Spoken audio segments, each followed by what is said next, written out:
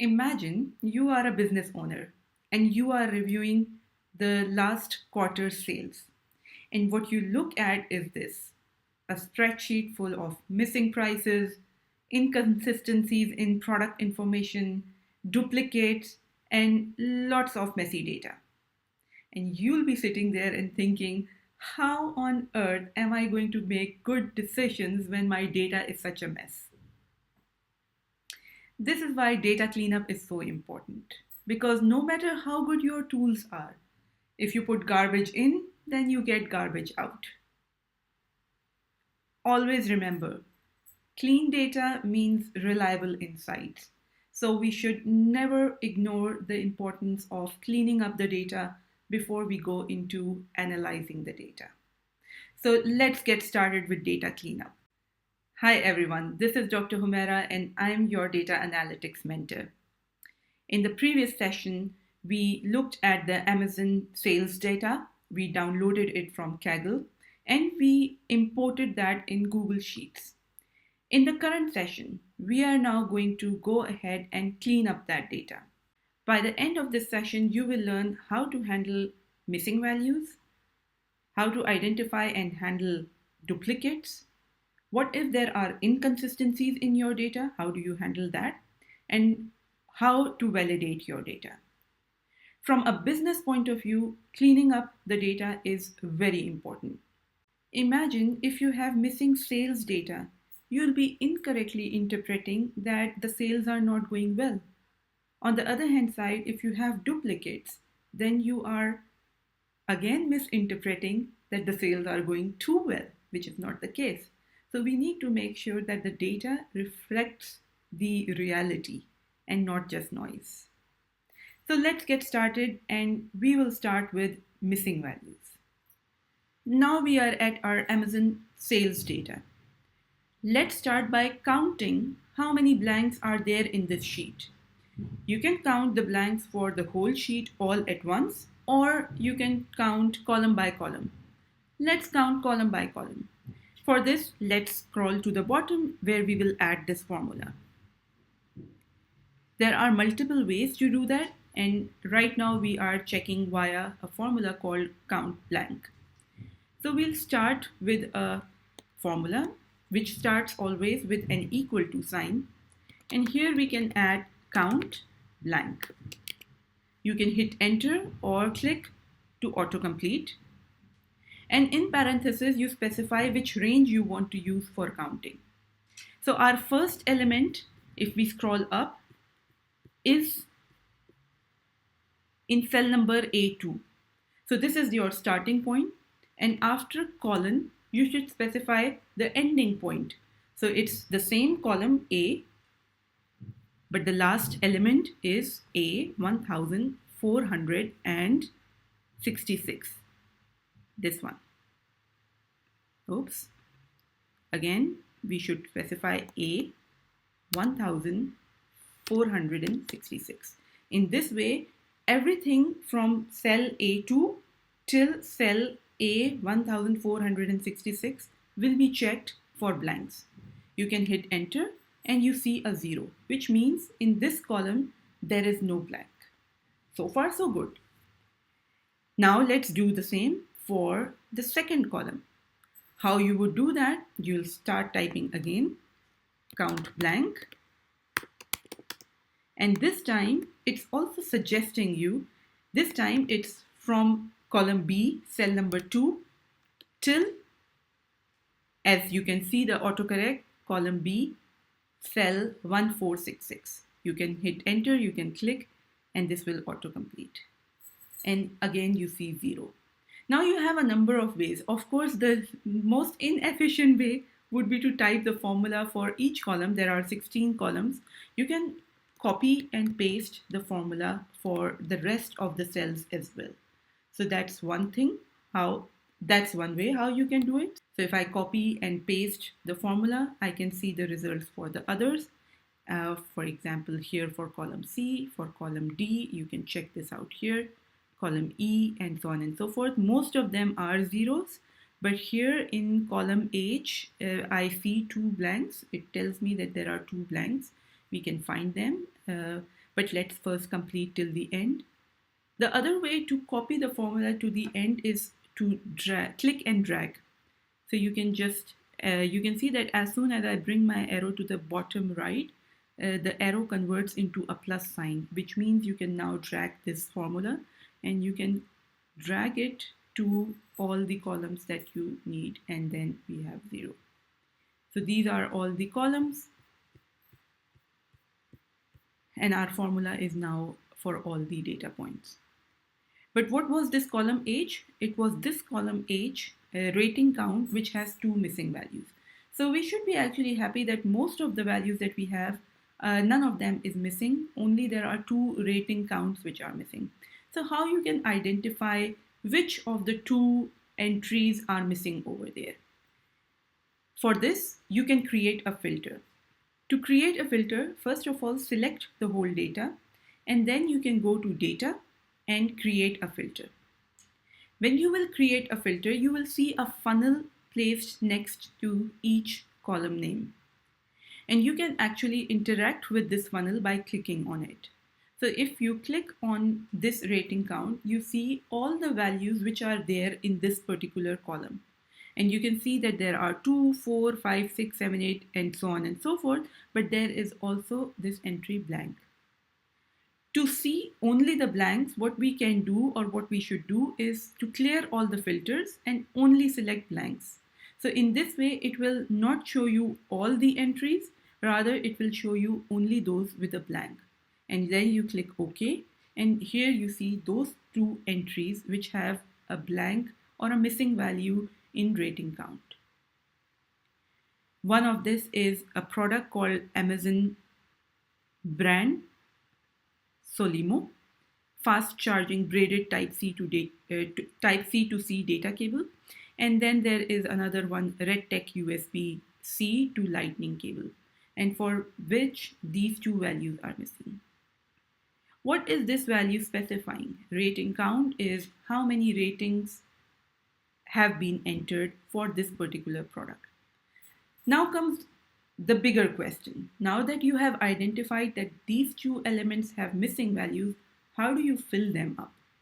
Now there are many ways to fill up the values. The worst thing that you can do is to throw away the data, which is to delete these 2 rows. That should be your least preferred option. Data is actually very valuable.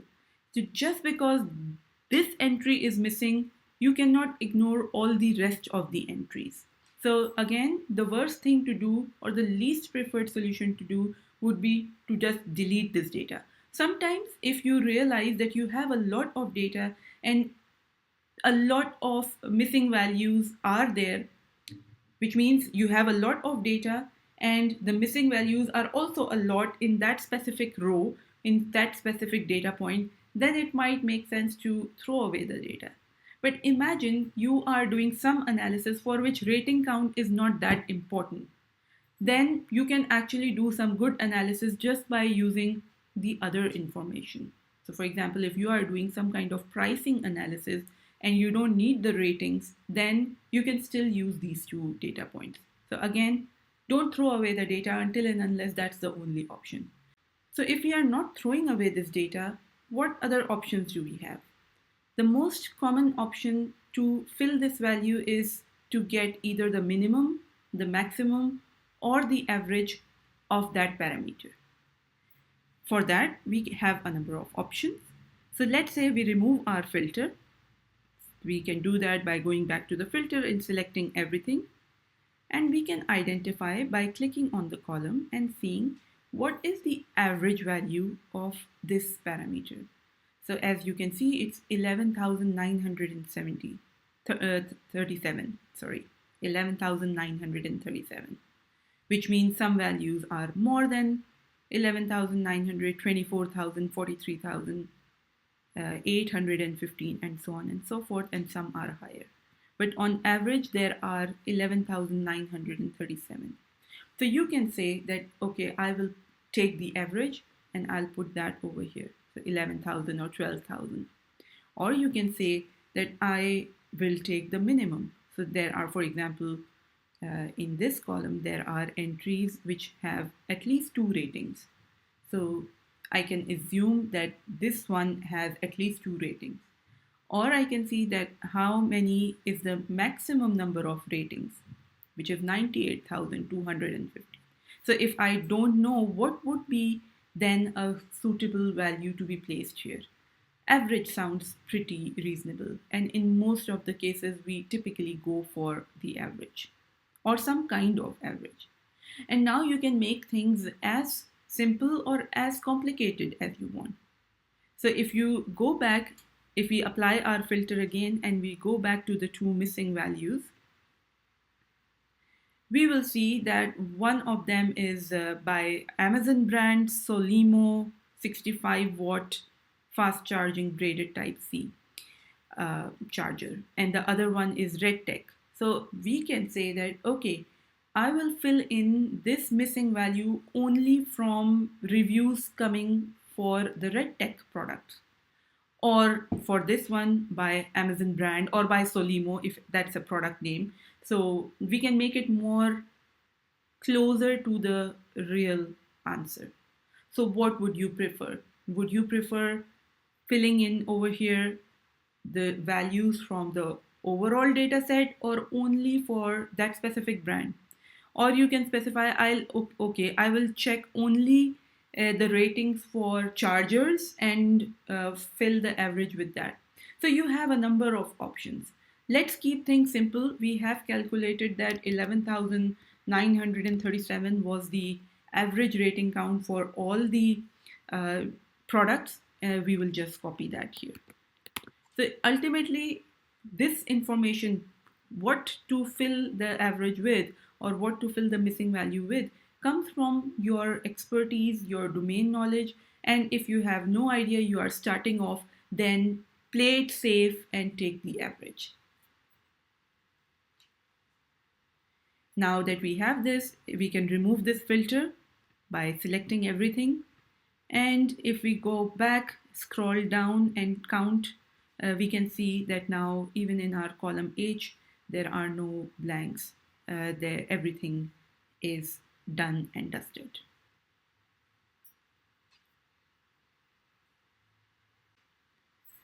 Let's move to the second problem, which is that of duplicates.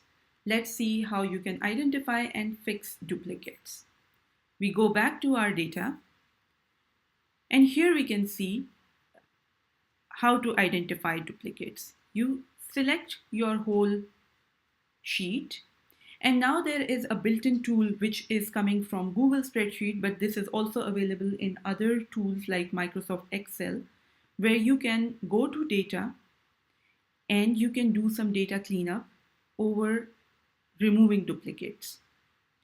In general, the data that comes from Kaggle is quite clean, as we could see that there were only 2 missing values, but there can be really a lot of duplicates in the real data that you are collecting. So you click on remove duplicates. You can identify which columns do you want to select. Of course, we want to select everything except for the last 2 columns. They were redundant. You can specify that the data has a header row. And with this, you can pick all these rows which you want to use for deduplication. And then you click remove duplicates.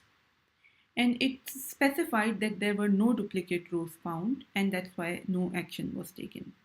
So that was pretty good. Just for the sake of knowing how things look like, let's manually duplicate some stuff. So let's say I add a new row just for the sake of experimentation, and I copy this and paste this here. So I have now created explicitly a duplicate row. So again, how do we identify this? Select the whole data, go to data, data cleanup, and remove duplicates. Again, you specify that the data has a header row, so it will pick up all the column names. The last 2 columns are blanks. We can delete them actually. And now we can remove the duplicates. So it will identify that there was one row which was duplicate, and it was found and removed. So now we have 1,467 unique rows which remain. And that's basically it. This is how you identify your duplicates and remove them. Perhaps you noticed that Google Sheet also offers a number of other tools for cleanup. So let's have a quick look at them as well. For this, I'll select the whole data and then go to Data and Data Cleanup and check out the cleanup suggestions. So here we can see that for a certain column, it is specifying that multiple formats exist in this column. You can change all to 1000, and there is another format which apparently it looks the same, but perhaps there is some difference which our human eyes don't see, and it is asking if it should consider everything as the same. Since we are not sure, so we won't take this suggestion. Of course, you need to know what the tool is suggesting. Since I don't see any change between this and this, so I'll just leave it as it is. But let's look at what are the other suggestions which are given. So this is about trimming of white space. Here it is specifying that there are a number of white spaces in the different cells. The white spaces are mostly a problem if it exists in the beginning or end of the cell. You can imagine it like this. I will ignore it just for you to see. Let's create a new sheet and add something here. So let's say I add data analytics. So I say data, and then after a space, I type in analytics. CS, and that's it. Now you see data analytics written over here. Let me do the same thing, but this time add spaces before and after the data analytics. So I start with a space and then I type in data analytics. Okay. And then the third one. Here, data analytics. But I'll add a space at the end. Okay. So in the center one, you can see that this is a bit towards the right. So something is there before this word data. It's a white space. But in this cell number C7, and this cell C5, you cannot see any difference between these two cells. And if I ask you, are these three cells representing same thing? Representing same thing, yes. But are these three cells equal? The answer technically is no. Because here it's data analytics, here there is a space and then data analytics, and then here data analytics and a space. So for a computer, these are three different things. For us humans, these are all the same. So what we would like to do is to actually trim these white spaces. And what Google Sheets does for us is we can select this data, go to data cleanup, trim white space, and it has trimmed the white spaces from two selected cells. It clicks OK. So now all these three looks the same. So you can see here that the space before data is gone, and although you can't see here, but also the space after analytics is gone. So we do something similar for our main Amazon sheet. So we go back here and we select our data, and we can actually accept all the suggestions. So it is specifying that how many data points are there like this where there are spaces. We can actually select all, and this trimming was applied to 665 cells, and now we don't have any spaces in the beginning or end which might mess up with our calculations.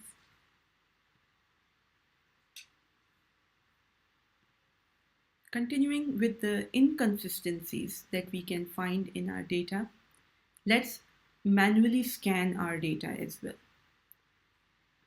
And here I want to instantly bring my attention and your attention to again the rating count.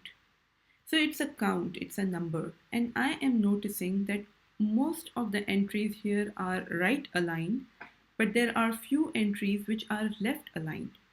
And in general, the numbers are right aligned. So this is a number, this is a number, but anything which is a text is left aligned. At least we know that the Google Sheets is treating these cells differently from this and this cell. And we can confirm this by seeing if we select multiple cells here, it is giving me a sum. If I add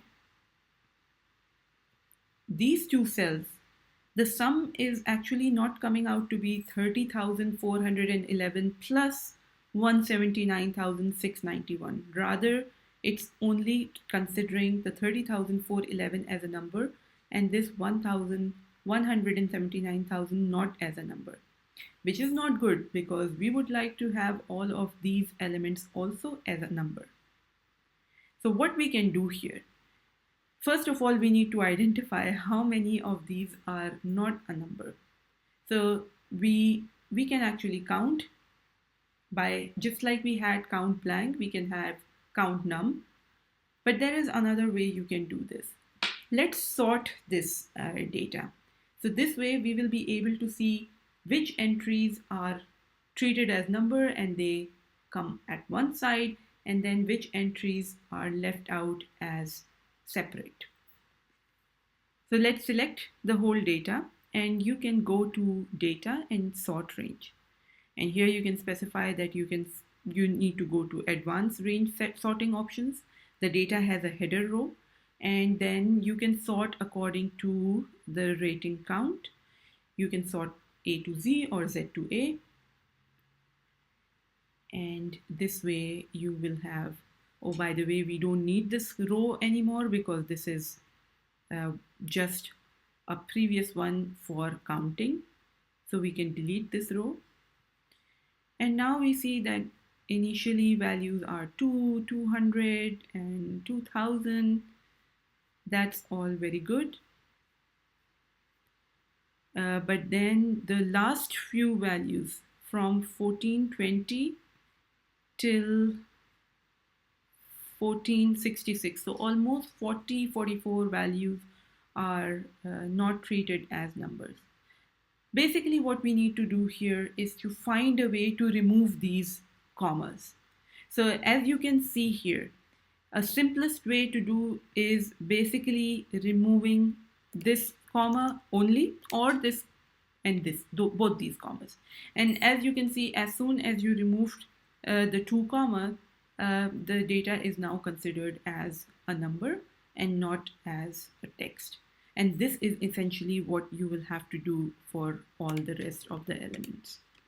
You have other options, a lot of options how you can do that. You can do this manually, or you can bring this to a text editor and fix the stuff over there and bring it back here.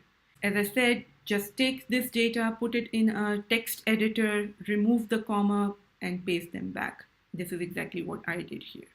So now our rating count is fixed, but now I notice another column where we have a similar problem, and actually not just one, but two columns, D and E, discounted price and actual price. Again, price is a number and it should be treated as a number, but since we have a currency symbol before number, you can again see that if I, just like I select here and it's giving me a sum, a numeric quantity, when I select data over here, it's not giving me a sum or average or minimum maximum because Google Sheets is not treating this column as a number. Again, we need to clean up our data and make sure that this is treated as a number. So what do? We need to remove this symbol from this column. For this, you have a number of ways. The one is just copy this and I select the whole column and I will find this symbol and replace it with nothing, with blank or nothing. So you can select this and you can go to edit and find and replace. Here you can ask it to find this symbol and replace with nothing. And then you can specify replace all and done. So in this column, now you can see that it has converted into a number, and you can also see sum and all the numeric operations that can be performed on this. The same goes here. Again, we selected the column, we go to edit, find and replace, paste the currency symbol, replace with nothing, and replace all, and done. Again, we need to have a quick check if there is anything which is greater than 100,000, and if it has multiple comma, then it might also be not considered as a number in this column, and we'll have to fix that. But apparently so far there is nothing like that. But the best thing is not to just scroll, rather apply a filter or sort the data and see if there is any problematic data point. I want to leave you with two thought processes. One is, so far we were looking at all the numbers. Most of the data that we are using for extracting information will be actually numerical. But there is a lot of textual data available as well. And you may want to make sure that that's represented correctly. For example, are you fine with somebody typing in all caps?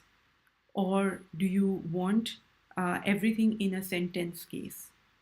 Are you fine with using emojis, or will they break your system towards the end? So this kind of decision is something that you can take and clean up the data if needed. There are functions like lower, upper, proper coming from Google Sheets or MS Excel, which can actually convert and format the data in the correct textual form. The second thing is data validation. You can actually apply formulas and give rules to your sheets so that the data that is entered or that will be entered or that is being entered is validated upon entry. So for example, here our last two columns are representing URLs. So what if some of the data point is not a valid URL? You want to validate this information. For this, you can simply select your columns. Let's take one at a time, product link. And you can go to data and add a validation rule. You can add a rule here, and as part of this rule, it will suggest you what to do, but you can pick up your own criteria as well. So for example, you can specify that please make sure that text is a valid URL. And if you will add this rule, and you can decide if you want to show a warning or if you want to reject the input, you can make that. And then you can click done. So you can see that, for example, the column header is not a valid URL, of course, and it is pointing it out over here. All the rest of the entries are actually a valid URL. Let's make a change. So for example, let's say we don't have this URL over here. And in place of this URL, it's any text, random text. So you can see that as soon as we entered this text, it highlighted that this is not a valid URL. So this way you can actually catch problems with the data by applying rules and validating your data. I'll replace it with the older original value as well. With this, our data is now clean and ready to be analyzed. In the next module, we will use descriptive and statistical analysis to get insights from our data. Meanwhile, you can work on the Amazon data set and clean it up. See you next time.